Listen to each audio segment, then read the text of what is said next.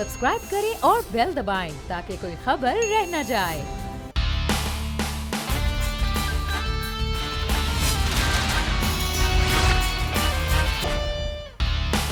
अस्सलामुअलैकुम। Special report with Mudassar Iqbal के साथ हाजिर खिदमत है। नाज़रीन, मामला ये है कि इस वक्त अफ़गानिस्तान का इशू इस वक्त खित्ते के तमाम ममालिक के लिए सबसे अहम गर्दाना जा रहा है, क्योंकि तालिबान की हुकूमत आने के बाद अब पूरी दुनिया से ये प्रेशर है कि वो इंसानी हुकूक के हवाले से मामलात को बेहतर करे ताकि दुनिया उनको तस्लीम करे। ख़वातीन की तालीम के हवाले से, ख़वातीन के हुकूक के हवाले से बार बार ये बात हो रही है। इस वक्त जो मखलूत हुकूमत बनाने की कोशिश भी की गई है, उस पर भी बहुत सारे एतराज़ात और बहुत सारे तहफ़्फ़ुज़ात हैं। लेकिन ख़ित्ते के ममालिक के अंदर एक अच्छी चीज़ ये है कि इस वक्त रशिया के अंदर, चाइना के अंदर, पाकिस्तान में, ईरान में तालिबान की हुकूमत के हवाले से, तालिबान के मामलात के हवाले से, अफ़गानिस्तान की सूरत हाल के हवाले से बातचीत की जा रही है। लेकिन तालिबान की हुकूमत को अफ़गानिस्तान में उन मामलात को बेहतर करना है जिस पर पूरी दुनिया उन्हें तस्लीम करे। सिर्फ पाकिस्तान उन्हें तस्लीम करेगा तो कोई फ़ायदा ना होगा, ये कहना था वज़ीर ख़ारजा शाह महमूद कुरैशी का, जो 2 रोज़ा दौरे पर अफ़गानिस्तान पहुँचे हैं और वहाँ जो हुकूमत है, जो ज़िम्मेदारान हैं, उनसे बातचीत भी की गई है। लेकिन मामला यहाँ पर सबसे अहम ये है कि तालिबान इस वक्त जो नई हुकूमत में आए हैं और एक तवील अरसा के बाद, 20 साल के बाद उनकी हुकूमत आई है, उसमें उनको भी वक्त चाहिए है। और जो तालिबान का इस वक्त रवैया है, उस पर भी इस वक्त प्रेशर है पूरी दुनिया का उन पर कि उन चीज़ों पर कुल्ली तौर पर अमल करें। लेकिन हालात और वाक़यात के मुताबिक अब तालिबान जो है वो किस तरह से उन तमाम तर चीज़ों पर अमल करते हैं और किस तरह से उनको पूरी दुनिया के साथ चलना है, ये एक चैलेंज इस वक्त न सिर्फ अफ़गानिस्तान की हुकूमत बल्कि इस वक्त जो अफ़गानिस्तान के हमसाया ममालिक हैं उनके लिए भी। हम बात करेंगे। इस वक्त हमारे साथ मौजूद हैं अरशद यूसुफ़ज़ई साहब, सीनियर सहाफ़ी हैं, तजज़ियाकार हैं। बहुत शुक्रिया यूसुफ़ज़ई साहब आपके वक्त का। शौकत पराचा साहब ने हमें ज्वाइन किया है, सीनियर सहाफ़ी, एंकर पर्सन, तजज़ियाकार हैं। बहुत शुक्रिया शौकत पराचा साहब सर आपके वक्त का भी। अरशद यूसुफ़ज़ई साहब आपसे जान लेते हैं, आप पिछले दिनों में अफ़गानिस्तान भी थे मौजूद। अब सूरत हाल ये है कि पाकिस्तान भी ये चाह रहा है, रशिया की भी बात कर लेते हैं, चाइना भी, ईरान भी, जो खित्ते के ममालिक है, अफ़गानिस्तान में स्टेबिलिटी हो, अफ़गानिस्तान के अंदर जो अमन व अमान की सूरत हाल है वो उसी वजह से बरकरार हो सकती है कि वहाँ हुकूमत की रिट कायम रहे और फिर पूरी दुनिया इस बात को तस्लीम करे। लेकिन जो दुनिया के मुतालिबात हैं यूसुफ़ज़ई साहब, वो बड़े एक अहम हैं। उन मुतालिबात को लेकर आप समझते हैं कि इस वक्त तालिबान वाकई वो कोशिश कर रहे हैं कि तालिबान जो अपना तर्ज़ हुकूमत है, अपना तरीक़ाकार है, उस पर ज़्यादा फोकस किए हुए हैं? जी, पहली बात तो यह है कि तालिबान अपने हुकूमत पर मुकम्मल फ़ोकस किए हुए हैं और वो एक पॉइंट उनका हमेशा से आता रहा है कि कभी भी अपने जो उसूल हैं उन पर कंप्रोमाइज़ नहीं करते। उन्होंने शुरू में ये बात कही थी कि जिस तरह हम चाहेंगे शरीयत के मुताबिक आपके जो भी डिमांड्स हैं उनको हम पूरा करेंगे जहाँ तक शरीयत हमें परमिशन दे। तो तालिबान जिन इश्यूज़ पर ख़ासकर इंटरनेशनल कम्युनिटी के साथ उनका मसला चल रहा है, वो उसमें भी वाज़ह तौर पर कह रहे हैं कि जो शरीयत इजाज़त देगी, अगर लड़कियों की तालीम की बात की जाए तो भी तालिबान कहते हैं कि हम वहाँ तक इजाज़त देंगे उस तरीक़ाकार के मुताबिक जिसमें शरीयत हमें परमिट करे। और उसमें फिर बारहा उन्होंने ये बातें की हैं, कई जो मिशंस आई हैं, जो भी फ़ॉरेन विज़िट्स हुए हैं, जो भी ह्यूमैनिटेरियन ऑर्गेनाइजेशंस की उनसे बातें हुई हैं, तालिबान ने हमेशा यही बात दोहराई है कि आप हमें असिस्ट करो, आप हमें इस तरह का सिस्टम प्रोवाइड करने में मदद दो कि जहां हम उनको सेग्रीगेटेड निज़ाम दे सकें तालीम का। मतलब स्कूलों में, कॉलेजेस में, यूनिवर्सिटी में लड़कियों के लिए अलग जगह प्रोवाइड करना, उनके लिए अलग टीचर्स का इंतज़ाम करना, उसके साथ साथ उनके लिए फिर ट्रांसपोर्ट का भी अलग सिस्टम बहाल करना। तालिबान कहते हैं कि हम ये चाहते हैं कि सब कुछ हो, लेकिन इसके लिए फ़ाइनेंशियल एड की ज़रूरत है और वो जो फ़ाइनेंशियल एड आनी थी वो वेस्टर्न कंट्रीज़ ने रोकी हुई है। तो इसमें एक आसान नुक्ता ये है कि जो दुनिया चाहती है तालिबान से कि आप इन मसाइल को हल करें, पहले आप इन प्रॉमिसेस को पूरा करें, फिर हम मदद करेंगे। तालिबान उसका उलट चाहते हैं कि आप हमारी मदद करें, तब हम इन मसाइल को हल करने के काबिल होंगे। सही। तो ये तो मामला फिर इसका मतलब है लटका हुआ है। मैं शौकत पराचा साहब का इंटेक लूँगा। पराचा साहब, फिर ये हुकूमत जो अब तालिबान है वो कुछ और चाह रहे हैं, दुनिया उनसे कुछ और डिमांड कर रही है, और ये अगर इसी तरह से मामला हुआ, ख़ासतौर पर वेस्ट की बात करें, ख़ित्ते के ममालिक तो चाह रहे हैं कि सूरत हाल बेहतर हो, लेकिन जो वेस्ट है जिसमें ख़ासतौर पर अमेरिका है, यूरोप है, ऑस्ट्रेलिया, कनाडा, जिस तरह से उन्होंने बड़ी सख्ती से जिस किस्म के बयानात भी दिए हैं अफ़गानिस्तान की हुकूमत के हवाले से, फिर तो ये मामला बड़ा तूल पकड़ेगा और फिर ये एक नए बुरहान खुदा न खास्ता उसकी तरफ जाएगा मामला। यकीनन आपकी बात दुरुस्त है कि बहरान तो ऑलरेडी आ रहा है, क्योंकि वहाँ पर अद्वियात है, वहाँ पर खाने पीने की अशिया हैं, और ऊपर से विंटर हमेशा अफगानिस्तान में बड़ा हार्श होता है। अभी इस्तेमाल हो जाएगी, उसके बाद सप्लाईज का मसला बनेगा। ये एक अपनी जगह पर हकीकत है, और अभी मास्को कॉन्फ्रेंस में इसी पर ही बातचीत की गई कि किसी तरह से दुनिया कम से कम ह्यूमैनिटेरियन इश्यूज के साथ ह्यूमैनिटेरियन इश्यूज पर अफगानिस्तान से इंगेज रहे। दूसरा जो आइडियोलॉजिकल प्रॉब्लम है वो तो ज़ाहिर है बहुत मसला है। इसलिए भी मैं आपको बताऊं कि जो अफगान यहाँ से एवैक्यूएट करके चले गए, 20,000, 25,000, 10,000 जितने भी निकले, वो थे प्रीवियस रिजीम के मातहत भी थे, उनके लॉयलिस्ट भी थे। अब दुनिया में वो अमेरिका पहुंचे, वो बरतानिया पहुंचे, वो वेस्टर्न यूरोप में पहुंचे, वो ईस्टर्न यूरोप में पहुंचे, they are the opinion maker. यानी जो जहाँ जर्नलिस्ट थे वो चले गए, जो पिछली रजीम के साथ कोलैबोरेटर थे वो चले गए, अब वो दुनिया की ओपिनियन बना रहे हैं। अमेरिका अगर रेस्पॉन्ड करता है, फर्ज किया ह्यूमैनिटेरियन असिस्टेंस देता है, तो ये ओपिनियन बनाएंगे, फिर अमेरिका के टैक्स पेयर पूछेंगे अपनी हुकूमत से कि भाई आप किधर फंडिंग कर रहे हैं, वो तो ये कर रहे हैं। तो इसलिए ये बड़ा मसला है, और मसला ये बनेगा। जो जो जो जो वाइड डिफरेंस है तालिबान के अपने पर्सपेक्टिव में और अमेरिका के पर्सपेक्टिव में, नो डाउट कि तालिबान जीते हैं, दुनिया को वहां से निकलना पड़ा है, लेकिन वो फेज और था। अब है हुकूमत, अब डिलीवरी है। जैसे पाकिस्तान में हम बात कहते हैं ना कि ये हुकूमत जो अब आई है ये नारे लगाती थी, अब डिलीवर करने का वक्त आया तो ये डिलीवर नहीं कर पा रहे। उधर भी ऐसे होगा, जब घरों में रोटी है, वहाँ पर ऑफिशियल मशीनरी है, ऑफिशियल मशीनरी को तनख्वाह देनी है, पैसे आपके पास है नहीं, आपके एसेट्स फ्रीज हो चुके हैं, आपके पास मशीनरी नहीं है स्टेट चलाने के लिए, दफातर चलाने के लिए, तो ये बड़ा चैलेंज है। और इसमें अगर दुनिया रिकग्नाइज कर लेती या को तस्लीम कर लेती, स्टेट टू स्टेट तामन होता, तो उसमें कुछ आसानी होती, लेकिन ऐसा नहीं हो रहा। खुद जो ये हमसाय मुमालिक है, देखिए ना, जो अमेरिका कह रहा है कि आप ह्यूमन राइट्स की रिस्पेक्ट करें, जी राजा साहब से हम दोबारा से रब्ता करते हैं। मेरे ख्याल में डिस्टॉर्शन के लाइन में आ रहे हैं। मैं यूसुफ ज़ई साहब आपसे जानना चाहिए, जो चीज़ें अभी बात हो रही है कि ये वेस्टर्न वर्ल्ड तो जो डिमांड कर रही है, बहरहाल वो अपनी जगह पर है, लेकिन इस वक्त खत्ते के ममालिक के हवाले से मॉस्को कॉन्फ्रेंस में जो बात हो रही है, चाइना खुद भी इस वक्त जो है वो अपनी सरमायाकारी और अपने हवाले से भी देख रहा है, ईरान क्योंकि हमसाया है, पाकिस्तान भी अपनी कोशिशें कर रहा है।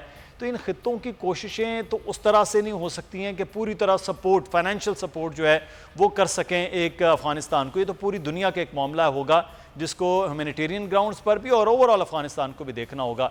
तो अगर वहीं पर अगर कायम रहेंगे तालिबान अपने इश्यूज़ पर, अपने मामलात पर, तो फिर आप समझते हैं कि कैसे आगे बढ़ा जा सकता है इस सारे अमल में? खित्ते के ममालिक भी इस तरह सपोर्ट नहीं कर पाएंगे अफ़गानिस्तान की।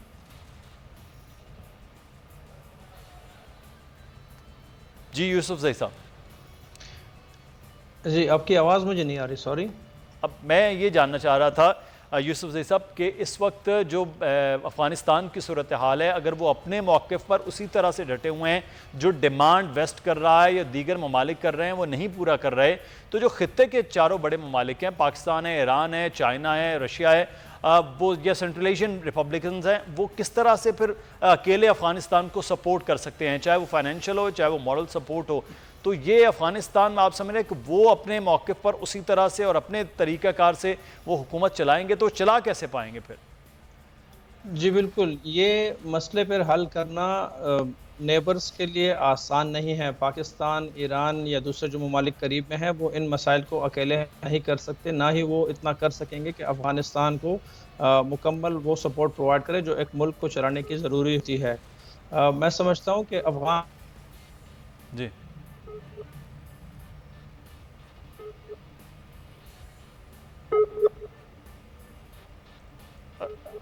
अशीर यूसुफ ज़ई साहब भी हमारे साथ मौजूद थे, बात कर रहे हैं तालिबान की सूरत हाल के हवाले से। और अब देखना यह है कि वज़ीर ख़ारजा शाह महमूद कुरैशी जिनका दौरा हुआ है और वहाँ पर जो हुकूमत है वो किस तरह से खित्ते के ममालिक के मामलात को भी लेकर चलेगी कि क्या चीज़ें हैं, और जो एक रिजिडनेस नज़र आ रही है उसमें कितनी फ्लेक्सिबिलिटी अब अगले आने वाले वक्त में तालिबान की हुकूमत में होगी। वज़ीर ख़ारजा तो अब ईरान भी 27 अक्टूबर को जा रहे हैं अफ़गानिस्तान की सूरत हाल के हवाले से बातचीत करने के लिए। दूसरी जानब हम देख रहे हैं कि इंडिया में भी इस वक्त अफ़गान सूरत हाल के हवाले से वहाँ भी मीटिंग्स हो रही हैं और वो देखा जा रहा है कि क्या किया जाएगा इस वक्त अफ़गानिस्तान के मामलात को लेकर। आगे बढ़ेंगे, अब कुछ पाकिस्तान की बात कर लेते हैं और महंगाई की सूरत हाल के हवाले से बात करेंगे। सबसे एक बड़ा अहम इशू बना हुआ है इस वक्त पाकिस्तान में महंगाई, और इस पर अब बाकायदा एहतजाज भी किया जा रहा है। PDM की जमातें इस वक्त एहतजाज कर रही हैं, अपोजिशन एहतजाज कर रही है, ताजरों का एहतजाज चल रहा है कि महंगाई जो है वो कम की जाए। लेकिन महंगाई को कहा जा रहा है कि पूरी दुनिया में है तो किस तरह से पाकिस्तान में कम हो सकती है। पाकिस्तान की सबसे बड़ी इंपोर्ट पेट्रोल है, तो पेट्रोल अगर पूरी दुनिया में बड़ा है तो हुकूमत कहती है कि वो पाकिस्तान में कैसे कम कर सकते हैं। हुकूमत ये दावा करती है कि हम पहली हुकूमत है जिसने तवील अरसे के बाद पेट्रोलियम लेवी हो और पेट्रोलियम में सेल्स टैक्स है उसमें कमी की है। इससे पहले माजी में इससे भी ज़्यादा पेट्रोलियम लेवी और सेल्स टैक्स की मद में आवाम से वसूल किया जाता था। लेकिन एक आम आदमी के लिए मामला यह है कि सबसे सस्ती रोटी होनी चाहिए, यानी कि आटे की कीमत है वो कंट्रोल में नहीं आ रही है। पंजाब, खैबर पख्तूनख्वा और बलोचिस्तान में, और सबसे आगे स्पीड पकड़े हुए है इस वक्त सिंध, जहाँ पर आटे की कीमत सबसे ज़्यादा है। इसी तरह से चीनी की कीमत जो 3 साल पहले तकरीबन 60 रुपये थी अब 110 रुपये तक पहुँची है। हुकूमत दावा कर रही है कि चीनी की कीमतों को अब कंट्रोल किया जाएगा, लेकिन कैसे, अभी तक इस सवाल का जवाब नदारत है। मामला यह है कि अब हुकूमत सिर्फ महंगाई कंट्रोल करने के दावे कर रही है और अपोजिशन अब मिलकर एहतजाज कर रही है। इस एहतजाज की सूरत किस तरह से सामने आएगी? आज देखा जा रहा है पूरे मुल्क में महंगाई के खिलाफ एहतजाज किया जा रहा है। महंगाई की बुनियादी वजूहात और वर्ल्ड वाइड जो एक सूरत हाल है उस पर भी हम बात करेंगे। हमारे साथ इकोनॉमिस्ट शान सईद साहब मौजूद हैं, उनसे भी बात करते हैं। शौकत पराचा साहब मौजूद हैं, उनसे भी बात करते हैं। पराचा साहब, आप एक जर्नलिस्ट हैं, एक आम आदमी हैं, ख़रीदारी भी करते हैं सर, गाड़ी में पेट्रोल भी डलवाना पड़ता है, आम लोगों से भी मिलना होता है। वरान तो शायद नहीं मिलते, चाहे वो अपोजिशन हो हुकूमत में, वो तो नहीं मिलते, आप मिलते हैं, हम मिलते हैं। एक आम आदमी इस वक्त परेशान है कि महंगाई इतनी है कि उसकी आमदन वही है, बल्कि उससे भी शायद कम हो गई है, तो कंट्रोल नहीं कर पा रहे। हुकूमत कहती है ये वर्ल्ड वाइड मामला है। तो सर, ये वर्ल्ड वाइड मामले को हुकूमत पहले तवज्जो नहीं कर पाई, टैकल नहीं कर पाई है कि अब हम महंगाई में तरक्की करते हुए आगे जा रहे हैं, तो ये किस तरह से इस चीज़ों को रोका जा सकेगा?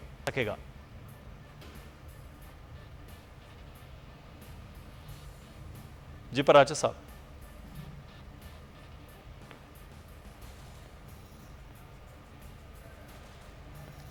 पराचा साहब से हम दोबारा से रब्ता करते हैं। शान सईद साहब हमारे साथ मौजूद हैं, इकोनॉमिस्ट हैं मलेशिया से। बहुत शुक्रिया शान सईद साहब आपके वक्त का। सर, ये वर्ल्ड वाइड महंगाई की हुकूमत बार बार बात कर रही है।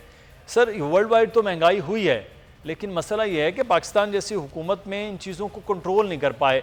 डॉलर है वो हमारी पहुंच से बाहर हो रहा है, पेट्रोल है वो आलमी मंडी में ज़्यादा है तो हमारे पास भी यहाँ ज़्यादा है। अब इसमें हुकूमत को करना क्या चाहिए था? जब ये महंगाई का तूफ़ान आ रहा था तो नज़र तो आ रहा था, अब जैसे इकोनॉमिस्ट इंडिकेट कर रहे थे कि फ़लाँ महीने में ये सूरत हाल हो जाएगी, फ़लाँ माह में ये सूरत हाल हो जाएगी। आपने देखा हुकूमती इक़दाम कुछ थे इस हवाले से, या हुकूमत फिर हाथ पे हाथ धरे बैठी थी, इंतज़ार कर रही थी इस अमल का?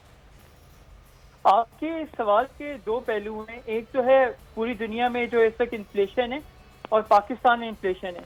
हमने लास्ट नवंबर में अपने जो इन्वेस्टर्स हैं उनको न्यूज़ लेटर में कहा था कि पूरी दुनिया में स्टैगफ्लेशन आ रहा है। स्टैगफ्लेशन का क्या मतलब है? जब इन्फ्लेशन ज्यादा होता है, ग्रोथ कम होती है और हाई अनएम्प्लॉयमेंट होती है। और जब मैं आपसे बात कर रहा हूँ, पाकिस्तान नहीं बहुत सारे ममालिक दुनिया के वो स्टैगफ्लेशन है। तो जो गवर्नमेंट का जो पॉइंट ऑफ व्यू है वो एक पार्शली उसको मैं कह सकता हूँ सही है कि पूरी दुनिया में इस वक्त इन्फ्लेशन आया हुआ, उसकी बड़ी वजह है ऑयल। दूसरा सवाल कि पाकिस्तान में इन्फ्लेशन क्यों है, इसकी वजह क्या है, हम क्यों नहीं टैकल कर सके? इसकी बेसिक वजह यह है कि हमारी जो मॉनेटरी पॉलिसी है जो सेंट्रल बैंक एग्जीक्यूट करता है, it has failed miserably. Government, हर मुल्क के पास दो पॉलिसीज होती हैं, एक फिस्कल पॉलिसी और एक monetary policy. Fiscal policy domain होता है गवर्नमेंट का जी, रेवेन्यूज इकट्ठे करे और अपने एक्सपेंसेस जो हैं वो करे। दूसरी होती है मॉनेटरी पॉलिसी जो सेंट्रल बैंक का मैंडेट होता है कि प्राइस स्टेबिलिटी रखे, महंगाई को कम रखे, ग्रोथ स्टेबिलिटी रखे और फाइनेंशियल स्टेबिलिटी रखे। अनफॉर्चुनेटली अगर आप रिकॉल करें, पिछले साल 28 जनवरी 2020 को हमारा जो डिस्काउंट रेट था वो 13.25% पे था। जी हाँ। 2019 में, 2020 में सारी दुनिया के सेंट्रल बैंक अपने इंटरेस्ट रेट कम कर रहे थे। पाकिस्तान वो वाहिद मुल्क था जहां पर सेंट्रल बैंक जो है इंटरेस्ट रेट बढ़ा रहा था, जिसकी कोई जरूरत नहीं थी। तो वहां से ही पता चल गया था बहुत सारे लोगों को पाकिस्तान में कि हमारी मॉनेटरी पॉलिसी फेल हो चुकी है। और अगर अभी भी हम अपना डिस्काउंट रेट 10% पे ले जाएं, मैं आपको बड़े यकीन से कह सकता हूं कि हमारी मॉनेटरी पॉलिसी इस इन्फ्लेशन को नहीं कंट्रोल कर सकती। हमारी इकोनॉमी अगले साल सब पार ग्रोथ में जा रही है और हमारे मुल्क में ऑलरेडी स्टैगफ्लेशन है, जिसका बहुत बड़ा जो रेपिकशन है वो पूरी मैक्रो इकोनॉमी को फील होगा। और अनफॉर्चुनेटली हमारी जो फेल्ड मैक्रो इकोनॉमिक पॉलिसी है वो प्योरली रिस्पॉन्सिबल है इसकी। सही, ये तो बड़ी अलार्मिंग सिचुएशन है जो आप बता रहे हैं, लेकिन ये दोनों, हमने तो फिस्कल पॉलिसी की अगर हुकूमत की बात करें तो वहाँ भी सूरत हाल जो दावे थे वो वहाँ तक नहीं पहुँच पाए हैं।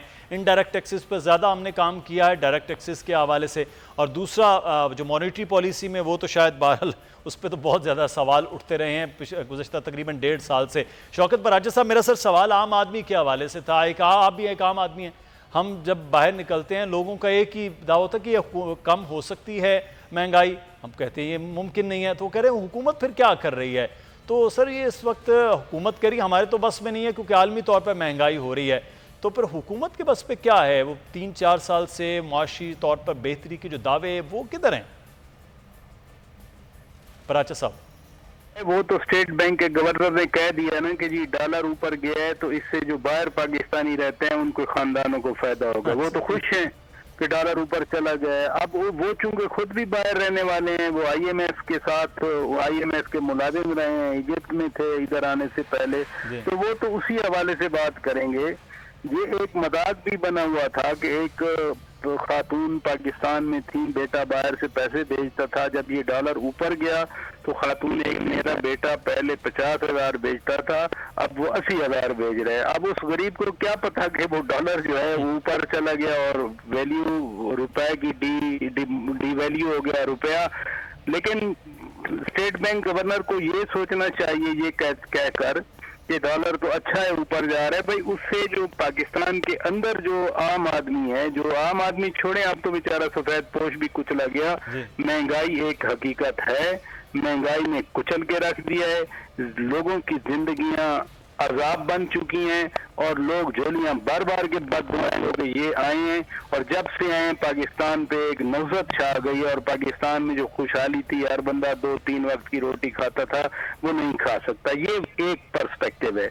अब हुकूमत का पर्सपेक्टिव अगर सुना जाए, कोई शक नहीं है कि कोविड आया है। कोविड में अगर इंसान बाहर निकलना मुश्किल था तो इमेजिन के जो प्रोडक्शन थी, जो इनकम जनरेशन के मौके थे, वो कितने महदूद हो गए। यानी बेरोजगारी अगर बढ़ी तो इसमें हुकूमत से ज्यादा कोरोना जो फैला पूरी दुनिया में, मसलन एविएशन इंडस्ट्री बैठ गई, शिपिंग इंडस्ट्री बैठ गई, ट्रांसपोर्टेशन बैठ गई, तो लामाला उसका इम्पैक्ट यहाँ भी पड़ा। लेकिन चूंकि हम पाकिस्तान जो है वो IMF के साथ नेगोशिएशन में था और ये एड जो इसका लोन है वो हम उसके बेनिफिशियरी हैं, तो IMF की तरफ से कंडीशनैलिटीज होती हैं कि बिजली बढ़ा दें आप, जनाब पेट्रोल पे डिस्काउंट ना दें, सब्सिडी ना दें, आप खाने पीने की चीजों पे सब्सिडी ना दें। तो ये जो क्रश लोगों का आया है, लोगों को एक क्रैश वाली सिचुएशन से गुजरना पड़ रहा है। इसके मल्टीपल फैक्टर हैं, जहां हुकूमत की अपनी पॉलिसियों की वजह से ये इसने कंट्रीब्यूट किया है, वहीं पर कोरोना की वबा की वजह से जो आलमी कसाद बाजारी आई है उसकी भी कंट्रीब्यूशन है बहुत सारी। बिल्कुल, ये एक बहरहाल हुकूमत जो बात कर रही है वो भी यहाँ पे है, लेकिन एक आम आदमी है उसके लिए तो चीज़ें आसान हो। जो अलार्मिंग सिचुएशन आपने बताई है शान सईद साहब, सर शान साहब ये अब किया क्या जा सकता है? हुकूमत के बाद 1.5 साल है, अब पूरी दुनिया में महंगाई है, लेकिन हम उसको कुछ तो कर सकते हैं जिसमें बेहतरी हो जाए। किसी सेक्टर में आप देख रहे हैं कि हुकूमत जो है वो अपनी फिस्कल पॉलिसी के अंदर, मुझे तो नज़र नहीं आया, शायद आप बेहतर तौर पर, आप इकोनॉमिस्ट जानते हो कि वहाँ बेहतरी हो रही हो। मॉनिटरी पॉलिसी के आप खुद अहवाल बता सकें, क्या किया जा सकता है शॉर्ट टर्म और फिर लॉन्ग टर्म कि ये चीज़ें कंट्रोल हो सकें?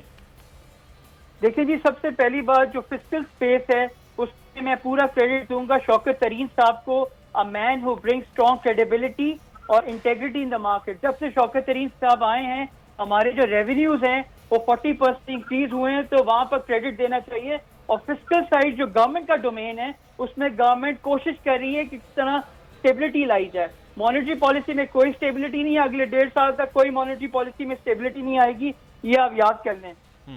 जहां तक सोल्यूशन का है ताल्लुक, तो ये मैं डायरेक्टली आपके प्रोग्राम के तवज्जुह से प्राइम मिनिस्टर इमरान खान साहब को और जनरल बाजवा साहब को कहूंगा कि वो बैंकों के प्रेसिडेंट से डायरेक्टली बात करें और हमें अनऑर्थोडॉक्स पॉलिसीज परस्यू करनी होगी।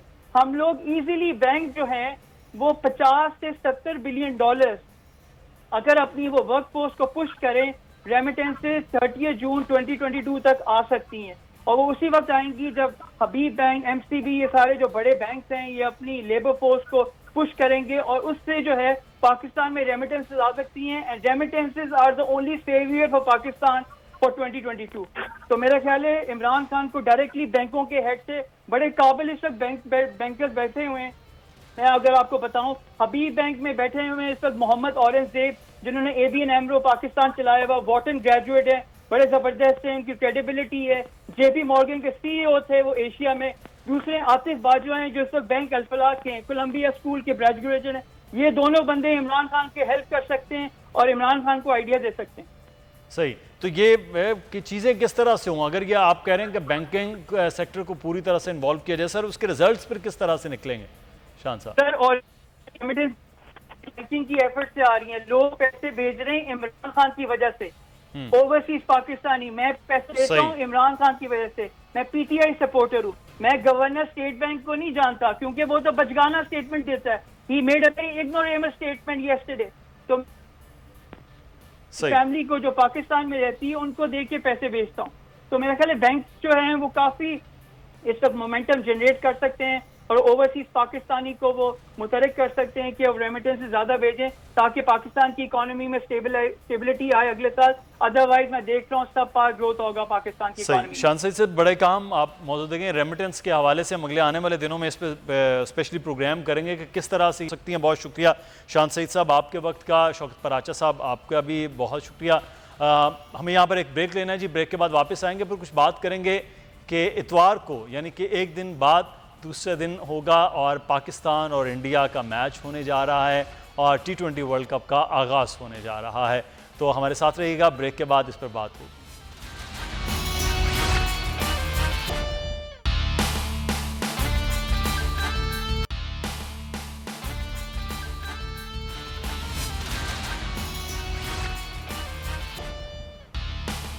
ब्रेक के बाद आपको खुश आमदीद कहते हैं। इतवार को रोज़ होगा पाकिस्तान और भारत के दरमियान एक तवील अरसे के बाद मैच होने जा रहा है और ये मैच होगा T20 वर्ल्ड कप का। अब देखना यह है कि पाकिस्तान की टीम जो फॉर्म में नज़र आ रही है, भारतीय टीम भी ज़बरदस्त किस्म की फॉर्म में है। दोनों टीमों का किस तरह का ये टाकरा होता है। पाकिस्तान की जानिब से सीनियर और जूनियर्स के कॉम्बिनेशन को बताया जा रहा है कि उससे मैदान में उतरेगी पाकिस्तान की टीम। अब देखना यह है कि पाकिस्तान किस तरह से परफॉर्म कर पाता है।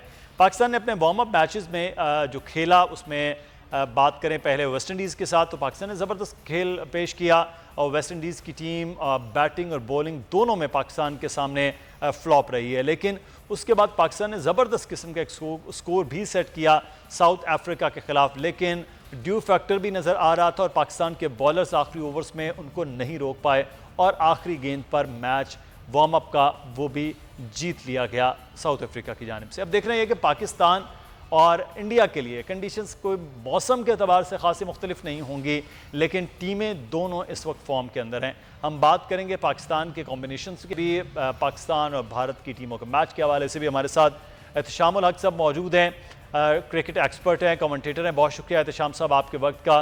एहतशाम साहब सबसे पहले मैं आपसे ये जानना चाहूँगा, इस वक्त जो पाकिस्तान की टीम कॉम्बिनेशन गया, आप समझते हैं कि ये एक विनिंग कॉम्बिनेशन पाकिस्तान ने भेजा है और जो अभी तक दोनों वार्म अप मैचेस में पाकिस्तानी प्लेयर्स खेले हैं उससे आपको क्या लग रहा है पाकिस्तान की टीम का मोमेंटम? सबसे पहले तो आप भाई बहनों का बहुत बहुत शुक्रिया कि आपने मुझे याद किया। पाकिस्तान का मैच जैसे के बारे में मैं हमेशा कहता हूँ कि ये इमोशन का मैच है। इसने जिस टीम ने इमोशन में पालिया वो मैच जीतेगी। इंडिया की टीम ऑन पेपर पाकिस्तान से बेहतर है। इंडिया के पास विराट कोहली भी है, रोहित शर्मा भी है, पांड्या भी है, पॉन्ट भी है, सब कुछ है, राहुल भी है। पाकिस्तान के पास बाबर आजम और रिजवान पे बहुत ज्यादा टीम डिपेंड करे। बाकी कोई भी डिपेंडेबल बैट्समैन नहीं है। T20 का फॉर्मेट है, इसमें बैट्समैनों की मौज होती है, चौके और छक्के लगाते हैं। तो पाकिस्तान के पास बाबर आजम है और रिजवान है। अगर ये जल्दी आउट हो गए तो पाकिस्तान के जीतने के चांसेस बिल्कुल खत्म हो जाएंगे।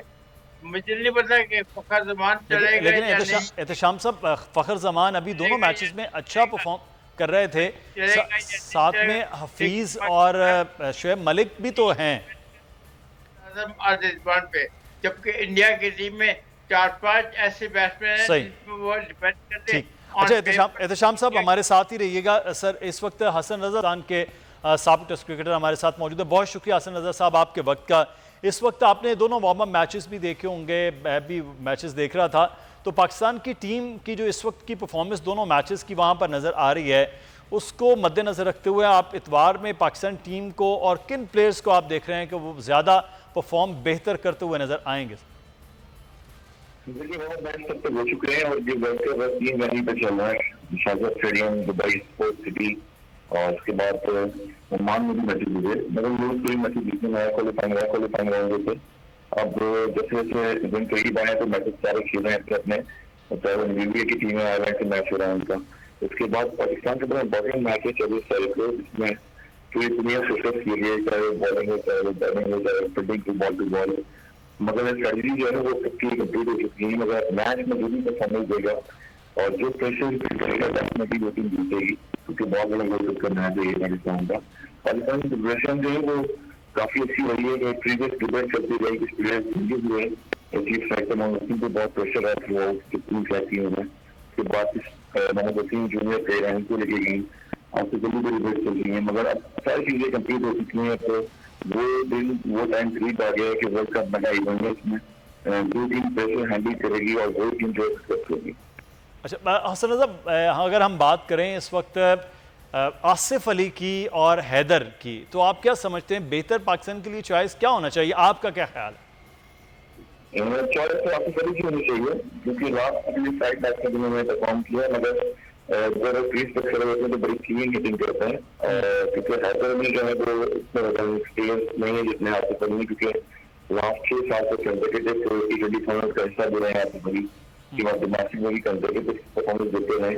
अगर एक्सपीरियंस देखा जाए तो हैदर अली के मुकाबले में आसिफ का ज्यादा एक्सपीरियंस भी है, और जिस तरह से ऑस्ट्रेलियन जो बैट्समैन है इन जॉन्स वो बड़ा उनको लाइक करते हैं, काफी मैच विनिंग किए PSL के। ठीक, अच्छा मैं हसन साहब एक चीज़ मैं यहाँ जानना चाहूँगा, अगर हम ओपनिंग में बात करते हैं जिस तरह से बाबर आजम और रिजवान आकर बैटिंग भी कर रहे थे, स्ट्राइक रेट बड़ा इंपॉर्टेंट है कि आप पहले 5-6 ओवर्स में किस तरह से स्ट्राइक रेट को रोटेट करते हैं, सेट करते हैं। तो स्ट्राइक रेट कम नज़र आ रहा है कि अगर 32 बॉल पर 40 रन बन रहे हैं तो ये T20 और मॉडर्न T20 में मेरा ख्याल में ये शायद कम है। आप क्या कहते हैं, स्ट्राइक रेट को ज़्यादा बेहतर नहीं होना चाहिए खासतौर पर ओपनर और वन डाउन के लेवल पर?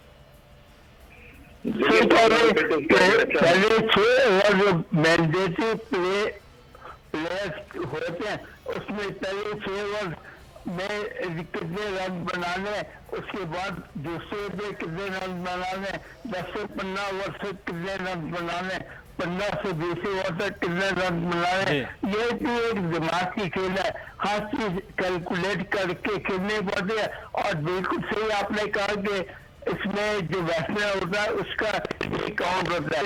अगर बैट्समैन का स्ट्राइक रेट 150 या 200 तो अच्छा होगा, लेकिन हमने अभी देखिए संडे के बाद के बैट्समैनों का स्ट्राइक रेट कि 200-300 भी हो जाएगा, तो ये भी हमें ध्यान में रखना चाहिए। ये 200 से अबव भी हो जाएगा, तो 100 के करीब अगर बैट्समैन का स्ट्राइक रेट आता है तो वो अच्छा नहीं है वनडे या T20 के हिसाब से। जो फील्डिंग साइड का कैप्टन है वो तो खुश होगा कि ये तुक्को कर रहा है, ये बॉल ड्राइव करें सोच के स्ट्राइक रेट तो इसमें इसको फायदा हुआ। ठीक, अब बिल्कुल हसन रजा हमारे साथ मौजूद हैं। एहतशाम साहब, हसन रजा साहब, जो स्ट्राइक रेट के हवाले से अब वो बड़ा काउंट करते हैं आपने, फिर अब ये हफीज़ और शुएब मलिक को नीचे वो खेल रहे हैं, आप उनकी बैटिंग को किस तरह से देख रहे हैं जो अभी 2 मैचेस हुए हैं?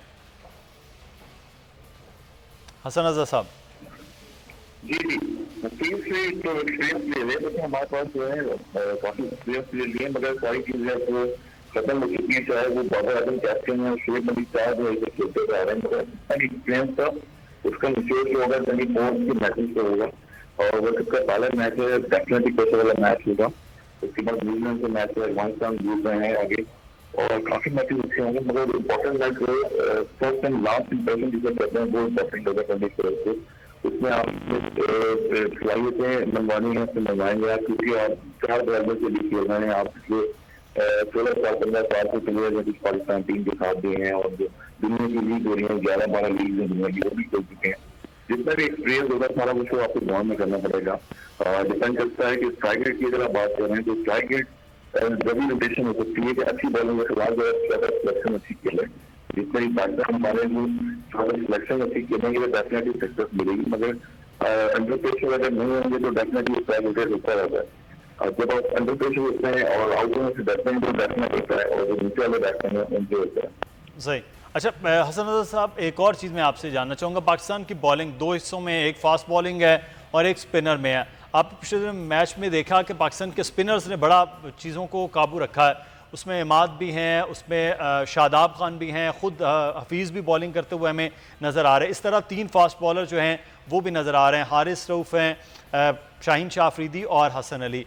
अब पाकिस्तान के ये जो कॉम्बिनेशन बॉलिंग का है, आप समझते हैं कि इंडिया के खिलाफ पाकिस्तान स्पिनर्स के साथ ज़्यादा अटैक करता हुआ नज़र आएगा और ज़्यादा परफॉर्मिंग, या फिर पाकिस्तान को फास्ट बॉलिंग के साथ ही ज़्यादा रिलाय करना पड़ेगा इस मैच में?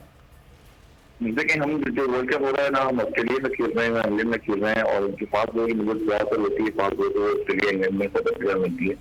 हम यहाँ पर अभी न्यूज में अमरात की तरफ खेल रहे हैं, और बड़ी ड्राई सिचुएशन होती है, अगर चाहे वो वेदर हो, चाहे वो वेदर कंडीशन हो, स्पेशली ग्राउंड की जो कंडीशन होती है वो भी ड्राई होती है, वहाँ की जो पिचेज बनी है। और मान की अगर आप देखें क्वालिफाइंग राउंड में शुरू में लो स्कोरिंग मैचेज हुए, 146 समथिंग बने, तो स्पिनर्स पे ज्यादा डिपेंड करता है, मगर उस सिचुएशन में होगा कि आप यूटिलाइज सारे बॉलर को करें, मगर वो ऑफ स्पिन बॉलिंग भी करना जानते हैं, और डेफिनेटली सकीलान उस्ताद वर्ल्ड क्लास बॉलर हैं, उनके लिए बड़ा अच्छा फास्ट होगा ये, अगर ये कॉम्बिनेशन बनाने में कामयाब हो जाएंगे डेफिनेटली अपने एक्सपीरियंस से जो भी टीम की कॉम्बिनेशन की टीम होगी बॉलिंग की या बैटिंग की, उसमें उनको मिक्सअप करना पड़ेगा, क्योंकि आपके पास टाइम बड़ा कम है, डिसीजन लेने पड़ेंगे आपको। ठीक, बहुत शुक्रिया हसन रजा साहब, आपका भी साहब, आपका दोनों अब आपका शुक्रिया अदा करते हैं। और देखना यह है कि अब इतवार के रोज़ पाकिस्तानी टीम भारतीय टीम के सामने किस तरह से बॉलिंग और बैटिंग और ख़ास तौर पर फील्डिंग में परफॉर्म करती है। आगे बढ़ेंगे, अब कुछ बात कर लेते हैं कि स्टॉक मार्केट की परफॉर्मेंस के हवाले से मुसलसल दूसरे रोज़ में 300 पॉइंट्स का इजाफा हुआ है, और KSE 100 इंडेक्स 300 पॉइंट्स के इजाफे के साथ 45,800 पॉइंट्स पर जा पहुँचा है। मार्केट के सरमाए में 39 अरब रुपए से ज़ायद का इजाफा भी रिकॉर्ड किया गया है। सरमाए का मजमूई हजम 79 खरब रुपए के करीब जा पहुंचा है। सूरत हाल पर बात करेंगे, हमारे साथ इस वक्त मौजूद हैं फरीद आलम साहब, AKD सिक्योरिटीज़ के CEO हैं। बहुत शुक्रिया फरीद आलम साहब आपके वक्त का। सर, इस वक्त स्टॉक एक्सचेंज की बात करते हैं तो सूरत हाल चंद दिन पहले कुछ माइनस पे चल रही थी, लेकिन अब कुछ बेहतरी की जानिब है, तो स्टॉक एक्सचेंज की बेहतरी आप समझते हैं या ये स्लो एंड स्टडीज वाला ही मामला है और ये रेगुलर इस वक्त सिचुएशन है? जी बहुत शुक्रिया। एक तो ये मैं थोड़ी सी करेक्शन कर दूं कि आज मार्केट 300 पॉइंट नेगेटिव में बंद हुई है, पॉजिटिव नहीं। ठीक, पहले पॉजिटिव हो गई थी। देखें, पाकिस्तान के जो 2-3 ऐसे अवामिल हैं, जो बाज ऐसी चीजें हैं जो गवर्नमेंट के कंट्रोल में हैं, बाज ऐसी चीजें हैं जो इस वक्त इंटरनेशनल फिनोमिना है, जिस तरह इंटरनेशनल कमोडिटी प्राइसेस हैं, उसके अंदर कोल की या जो हमारे यहाँ यूज होती है चीजें LNG या क्रूड या स्टील स्क्रैप या पाम ऑयल, उसका एक इंटरनेशनल फिनोमिना है कि इंटरनेशनल प्राइसेस बढ़ गई हैं, तो हमारे यहाँ उसकी प्राइसेस बढ़ी हैं, जिसकी वजह से इन्फ्लेशन हुई है, उससे अनसर्टेनिटी क्रिएटेड है। जो ज्यादा जिस बात का दुख होता है इक्विटी इन्वेस्टर को, वो ये है कि जो चीजें गवर्नमेंट के कंट्रोल में थी उस पे गवर्नमेंट ने थोड़ा सा इंडिसाइसिवनेस या थोड़ा लेट बैक एटीट्यूड शो किया। जिस तरह उसके पास पॉलिसीज थी, जिस तरह रिफाइनरी की पॉलिसी है, या चले मैं लेटेस्ट एग्जांपल लूं, जिस तरह अभी हमारे असद उमर साहब ने कहा और एक दो और मिनिस्टर्स ने कहा कि एडिबल ऑयल की प्राइस हम कब करेंगे, लेकिन अब कहने के बाद जो उसका जो कैबिनेट डिवीजन ने और बाकी लोगों ने उसका पूरा प्लान करके आगे देना है, उसमें थोड़ा सा लेट हो जाता है। इसी तरह एक ऐसा इशू है जिसपे पूरी कौम 15 दिन से परेशान है, वो एक आसान काम है कि ISI के चीफ का और बाकी लोगों की ट्रांसफर पोस्टिंग का ऑर्डर्स को जारी करना। तो there are couple of things which were and which are easy, लेकिन गवर्नमेंट की कैबिनेट डिवीजन की थोड़ा सा लेट बैक उसको तंग कर रहा है। और same goes for the uncertainty, because आपको पता है जो दुनिया में Pakistan is no exception, uncertainty कोई इन्वेस्टर बर्दाश्त नहीं करता। अब IMF के प्रोग्राम को अब ले लें तो अब हम लोग सारे बहुत ग्लूड हैं टू हमारी eyes towards the media and the electronic eyes and हमारे साथ जो सोशल मीडिया के IMF से आ जाएगी अच्छी खबर, ये कल आएगी। तो IMF से इसके ऊपर जो डिबेट हो रही है सोशल मीडिया में, हमारे पढ़े लिखे दोस्तों में आज तो ऐसे लोग भी हैं वो कहते हैं हमें IMF का पैसा नहीं चाहिए, यस बट नोड चाहिए, बिकॉज आपने देखा कि कोविड में भी उसने $2.6 मिलियन और देयर अबाउट हमें दे दिया, सुकून से दे दिया, और हमारे पास अल्लाह का शुक्र है रिजर्व भी काफी अच्छे अवेलेबल हैं। बट द पॉइंट इज के मल्टीलैटरल्स को अट्रैक्ट करने के लिए इस वक्त IMF का हमारे साथ होना, हमारे राइट साइड पे खड़े होना इंपॉर्टेंट है। और ये बहुत कोई अचंभे की बात नहीं है जो IMF हमसे सख्ती कर रहा है।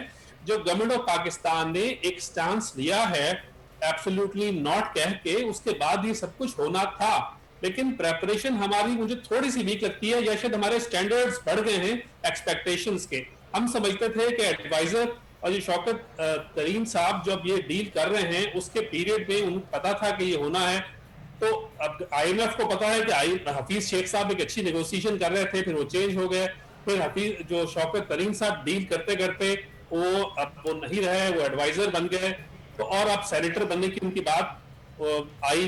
तो ये सारा काम पहले हो सकता था और हम अच्छी की उम्मीद रखते हैं अपनी गवर्नमेंट से, और ये सोचते हैं कि इस सारी चीजों को प्लान करके पहले से किया जाता। ये तो कि आप ये कह रहे हैं कि फरीद साहब कि ये चीज़ें with the passage of time plan होनी चाहिए, जैसे जैसे चीज़ें चल रही हैं मामला गुजर जाता है, उसके बाद प्लानिंग होती है, फिर उसके बाद एग्जीक्यूशन होती है, जिसकी वजह से मार्केट के ऊपर ये असरात भी आ रहे हैं। लेकिन सर मैं एक चीज़ आपसे यहाँ पर जानना चाहूँगा कि अगर हम एक ओवरऑल व्यू की बात करें स्टॉक एक्सचेंज के हवाले से, तो मार्केट पे क्या एक मुस्बत रुझान की तरफ हम ये बात करेंगे, या जो इन्वेस्टर है वो एक खौफजदा है या डरा हुआ है, या वो एम्बिग्युटी में है कि अच्छा मुझे पैसा लगाना है नहीं लगाना है?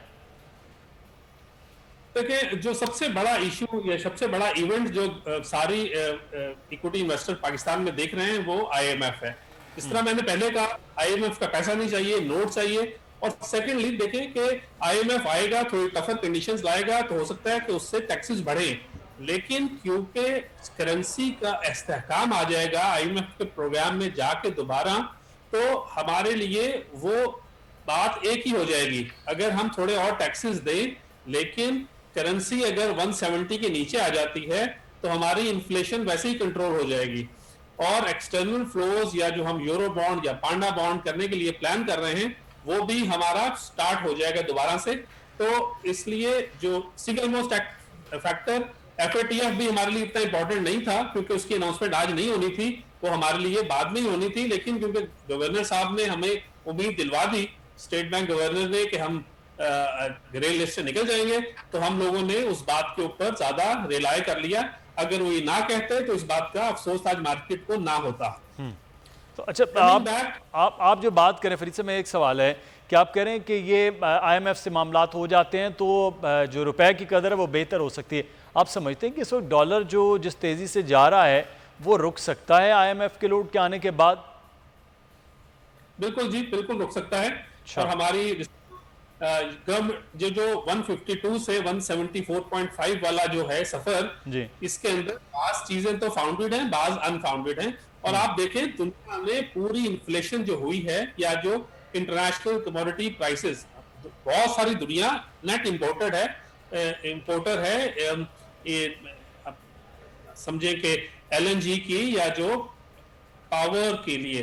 और इस तरह अगर कोयला बढ़ा है तो सिर्फ पाकिस्तान के लिए नहीं बढ़ा, पूरी दुनिया के लिए बढ़ा है, लेकिन बाकी इकोनॉमीज ने भी इस सारी चीज को पास किया है।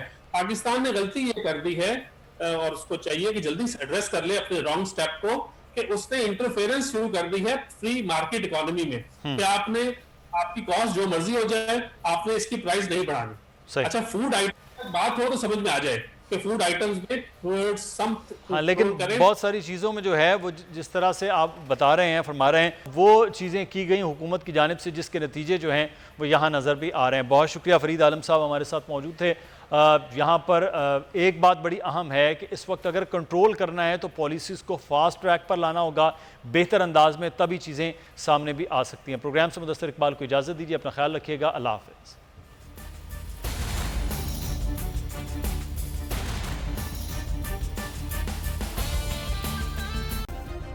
सब्सक्राइब करें और बेल दबाएं ताकि कोई खबर रह न जाए।